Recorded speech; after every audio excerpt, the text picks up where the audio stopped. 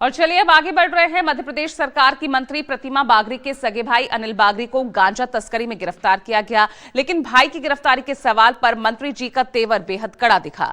आपको बता दें 5 दिन पहले मंत्री जी का बहनोई भी पकड़ा गया था। मैम, आपके भाई पकड़े हैं गांजा तस्करी में, क्या कहेंगे? जबरदस्ती की बात क्यों करते हो तुम लोग? मैम, आपके भाई पकड़े हैं गांजा तस्करी में, क्या कहेंगे? जबरदस्ती की बात क्यों करते हो तुम लोग?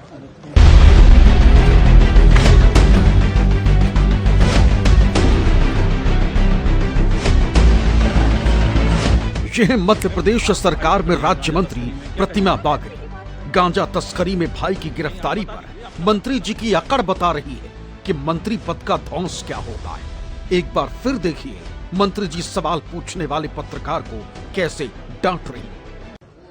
मैम, आपके भाई पकड़े हैं गांजा तस्करी में, क्या कहेंगे? जबरदस्ती की बात क्यों करते हो तुम लोग? जी हाँ, मध्य प्रदेश सरकार के राज्य मंत्री प्रतिमा बागरी अपने भाई की गिरफ्तारी के सवाल पर उल्टे चोर कोतवाल को डांटे की कहावत को चरितार्थ कर रहे हैं। भाई की गिरफ्तारी पर जवाब देने के बजाय सवाल करने वाले रिपोर्टर पर अपनी धौंस दिखा रही है।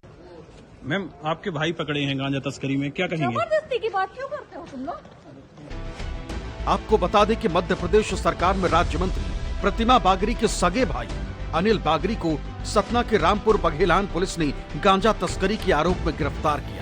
अनिल और उसके साथी पंकज सिंह से 46 किलोग्राम गांजा बरामद हुआ। भरा हुआ गांव है, उसमें पंकज सिंह बघेल पिता सत्येंद्र प्रताप सिंह बघेल जो अपने मकान के सामने एक टीन शेड में जो है धान की बोरियों के नीचे जो है 4 बोरियों में गांजा छुपा करके रखा था। उसे मुखबिर की सूचना पर दबिश दी गई और बोरियों में से 12 पैकेट जो है गांजे के प्राप्त किए गए, जिनका कुल वजन 46 किलो 134 ग्राम है। और इसी मामले में उसके द्वारा बताया गया है कि यह गांजा जो है अनिल बागरी पिता जयप्रताप बागरी एवं शैलन सिंह राजावत से प्राप्त किया गया था, जिनके विरुद्ध भी 8/20 एवं 29 NDPS एक्ट के अंतर्गत प्रकरण पंजीबद्ध कर विवेचना में लिया गया है।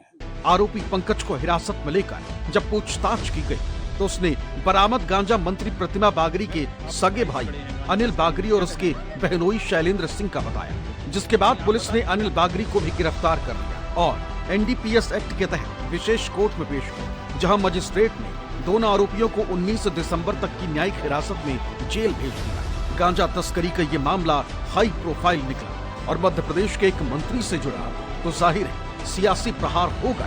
जो प्रतिमा बागरी के परिवार के बहनों और भाई को पकड़ा गया गांजा बेचते हुए लंबी खेप, ये क्या मैसेज है?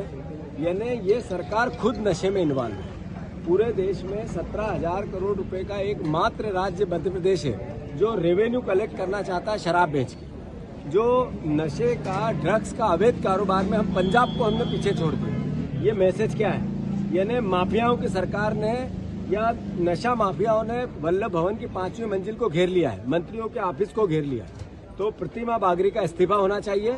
सतना जिले के रैगांव से कांग्रेस की पूर्व विधायक कल्पना वर्मा ने सत्ता पक्ष पर जबरदस्त हमला बोला। उन्होंने कहा कि मध्य प्रदेश सरकार जहां एक ओर नशा विरोधी अभियान चलाने को लेकर झूठी वाहवाही लूट रही, तो वहीं दूसरी ओर मध्य प्रदेश शासन के राज्य मंत्री के सगे संबंधी शराब, गांजा और नशीली कफ सिरप के तस्करी के धंधे में लिप्त, जिसमें कहीं न कहीं राज्य मंत्री और पुलिस प्रशासन का संरक्षण है।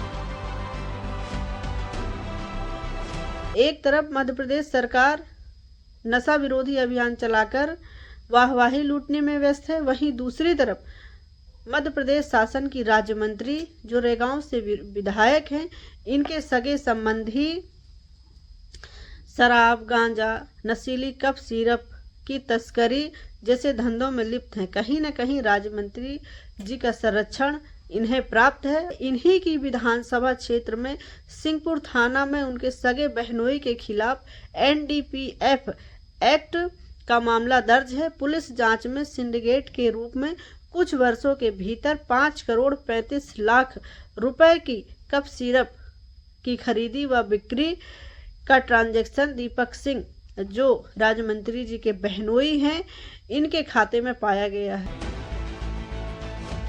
फिलहाल दोनों आरोपी न्यायिक हिरासत में हैं और पुलिस पूरे मामले की एक-एक गांठ खोलने में लगी। ऐसे में देखना दिलचस्प होगा कि गांजा तस्करी के इस मामले में और कितने हाई प्रोफाइल और सफेद पोश चेहरे बेनकाब हो। सतना से विपिन श्रीवास्तव के साथ ब्यूरो रिपोर्ट, न्यूज़ 24।